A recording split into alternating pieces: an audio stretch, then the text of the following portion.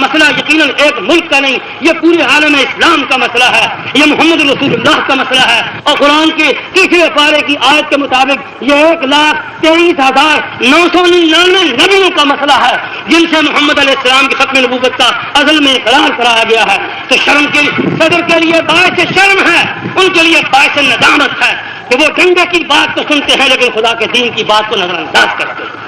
ان کو کھل کر بتانا چاہیے کہ ان کی مراد اس سے کیا ہے۔ اگر وہ اس کو ملک اور قوم کا مسئلہ سمجھتے ہیں تو جہاں انہوں نے کلیجے پر پتھر رکھ کر اپنی اولاد کے مستقبل کو محفوظ کرنے کے لیے، اپنے سیاسی حوالیوں کے مستقبل کو محفوظ کرنے کے لیے، اپنی سیاسی یتیم جماعت کا مستقبل محفوظ کرنے کے لیے اور اپنے حریفوں کی دستبرد سے بچنے کے لیے، اپنے ڈیل ڈول قد و قامت، اپنی گندارا انڈسٹری، اپنے سرے کا ہوٹل اور دوسری چیزوں کا تحفظ کرنے کے لیے جہاں انہوں نے ہنگامی حالات کا خاتمہ کرنے کا ریڈیو پر اعلان کرنا ضروری سمجھا، 144 واپس لینے کا اعلان کرنا ضروری سمجھا، کیا ان کا فرض ہے کہ نہیں کہ وہ ختم نبوت کے اس بنیادی مسئلے کو جس پر 40 سال سے قوم برف روکتا ہے، قوم آتی دیر پا ہے، اس کے گھروں میں گلی کوچے میں ماتم برپا ہے، اس کے ہزاروں فرزندوں کا جنازہ تک اس ملک میں نہیں اٹھنے دیا گیا، ان کی لاشیں یہاں ٹرکوں پر اٹھوا کر اعظم خان نے فیروز خان کے زمانے میں فیروز پور کی نہر میں جلا کر کے بہایا ہے۔ جس ملک میں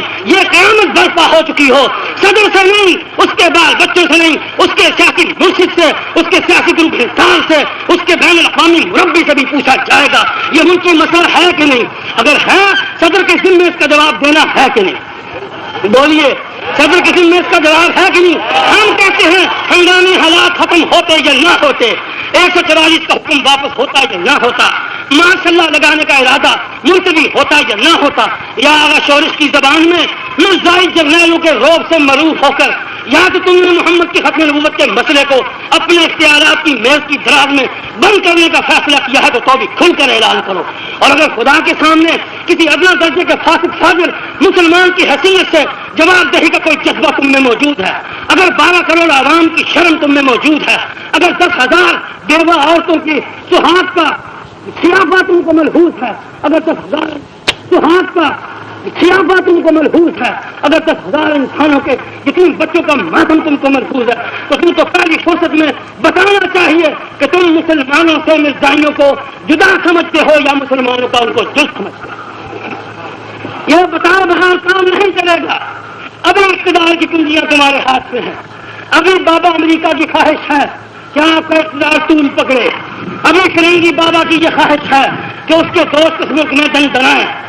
کبھی سوشلزم کا ہوا کھڑا کر کے، کبھی کمیونزم کا ہوا کھڑا کر کے، کبھی بین الاقوامی حالات کی نزاکت بتا کر، کبھی اندرون ملک کے انتشار اور سیاسی خلفشار کا واسطہ دے کر، کبھی مسلمان فرقوں کی باہمیہ آویزش کا ہوا بنا کر، کبھی مولویوں کی تفریق کا ہوا بنا کر، جھوٹ اور بہتان تلاش کر، مسلمانوں کی قومی غیرت کو تان تشریح کر کے، علماء کی داڑیاں نچوا کر، ان کو اوقاف کا ذلہ خار بنا کر، مسجدوں پر پہرے لگا کر، آئینی قوانین جیسے زنا اور مہذب بدکاری کے محرک قوانین نافذ کر کے، محمد کی شریعت کا مذاق اڑوا کر، تنخواہ دار ٹاؤٹوں کے ذریعے، بدنام مولویوں کے ذریعے کندریوں کو بدکاری اور چکرے اور رقص و سرود کی دلیلیں فراہم کرنے کی کتابیں لکھوا کر جو بدکاریوں کا تم نے بین الاقوامی ریکارڈ بنایا ہے، یا تو تم اس پر سوات کرو یا خدا سے نہیں پہلے قوم سے معافی مانگو پھر خدا سے معافی مانگو۔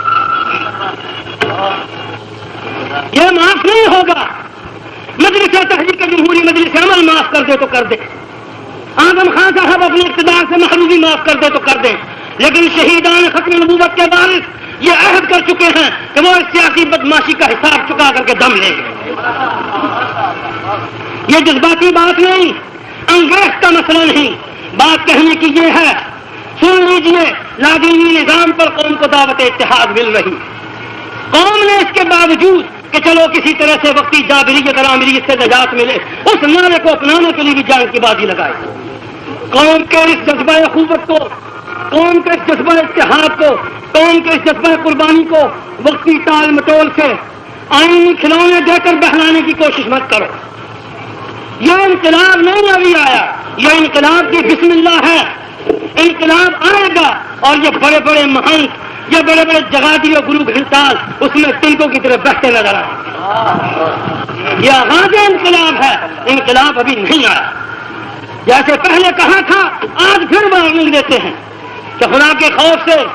لڑک جاؤ، خدا کے عذاب کو مت دعوت دو، اس کی غیرت کو مت للکارو۔ تمہارے میں اخلاقی جرت نہیں تھی، تم نے 20 سال پہلے بھی 3 الیکشن میں دھورے لڑ کر اس ملک کی قسمت سے مسلسل شرمناک کھیل جاری رکھا۔ تم نے آئین کے نام پر فرشتے اڑائے، تم نے نوجوانوں کو تباہ کیا، پوری نسل کو کرپٹ کیا۔ اس نئی نسل کو دہلیت سے قریب کرنے کی ذمہ داری بھی اس انگریز کے ملعون نظام کے علم برداروں کے سر پر ہے۔